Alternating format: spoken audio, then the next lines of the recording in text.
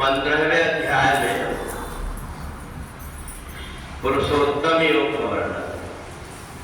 श्रोत्रम चक्षुस्पर्शनम च रसनम घ्राणमेव च अधिष्ठाय मनश्चायं विषयानुसेवते। भगवान कहते हैं हमारे मन बुद्धि को विचलित करने वाली ये इंद्रियां कान, आंख, शरीर, नाक और मन, ये अंदर जीवात्मा को इन्हीं के द्वारा से अच्छा बुरा करने की प्रेरणा मिलती है। और इसलिए जो समझदार व्यक्ति होता है वो इन इंद्रियों को अच्छे काम में लगा देता है। जहां कहीं कुछ बुरी चीजें देखता है अपना वहां से आंख हटा करके दूसरी तरफ देखने लगता है। अपने कान से जहां कहीं भी दूसरे की निंदा चुगली दूसरी प्रकार की बात हो रही हो वहां से हट करके जहां अच्छी बात हो रही हो वहां आकर के थोड़ी देर बैठ जाता है। और इसी प्रकार से हमारा जो मन है ये मन भी जब अच्छी चीजें देखेगा, सुनेगा, बोलेगा तो इसके अनुरूप उसके अंदर में परिवर्तन हो जाता है। और इसलिए 15वें अध्याय में पुरुषोत्तम योग बताया। भगवान ने मनुष्य तो सबको बनाया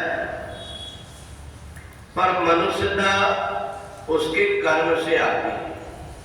उसने अपनी इंद्रियों का कैसा उपयोग किया इससे उसका भविष्य बनता है, उसकी वृत्तियां बनती है, उसके आगे का जन्म बिगड़ता और बनता रहता है। तो यही चीजें हैं और इसलिए इनको जो बहुत संभाल करके करता है।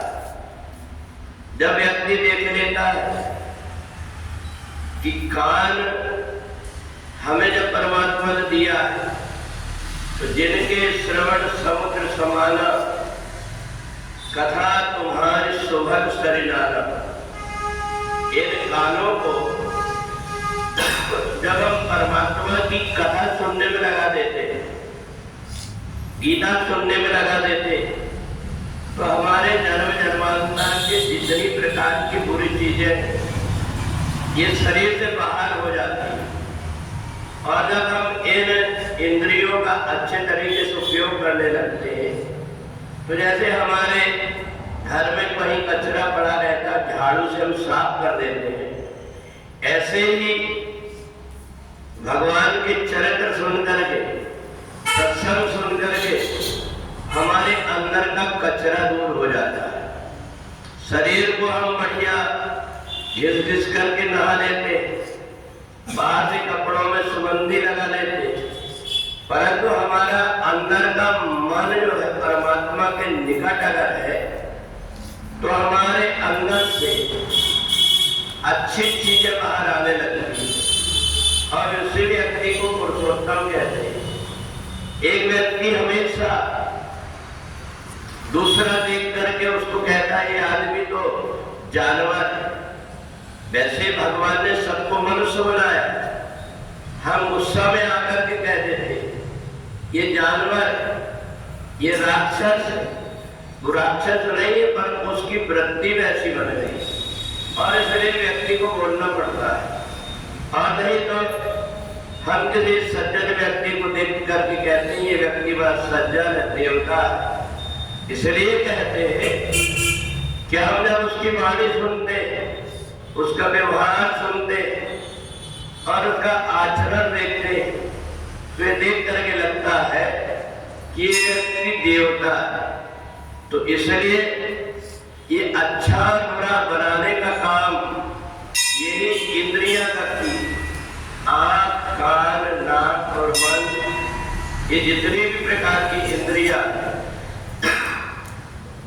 ये इंद्रियां जीवात्मा को ऊपर और नीचे की योनियों में भेजते रहती है। अगर इन इंद्रियों इंद्रियों का हमने अच्छे से उपयोग कर लिया, वाणी से परमात्मा के नाम का जाप कर लिया, कान से हमने परमात्मा की कथा सुन लिया, शरीर से हमने परमात्मा की सेवा कर लिया, तो हमारा मनुष्य भी ऊपर स्थान हो जाता है और व्यक्ति अच्छे अच्छे लोगों में जाकर के अनेक प्रकार के सुखों को भोगता है। और यही जीवात्मा जो मनुष्य बन करके आया अपने कर्म को जब बिगाड़ देता है तो 94 लाख योनियों में भटकना पड़ता है। और इसलिए भगवान कहते मैंने तुम्हें पुरुष बनाया हूं, तुम अपने कर्म से पुरुषोत्तम बन सकते हो। बोले वृंदावन बिहारी लाल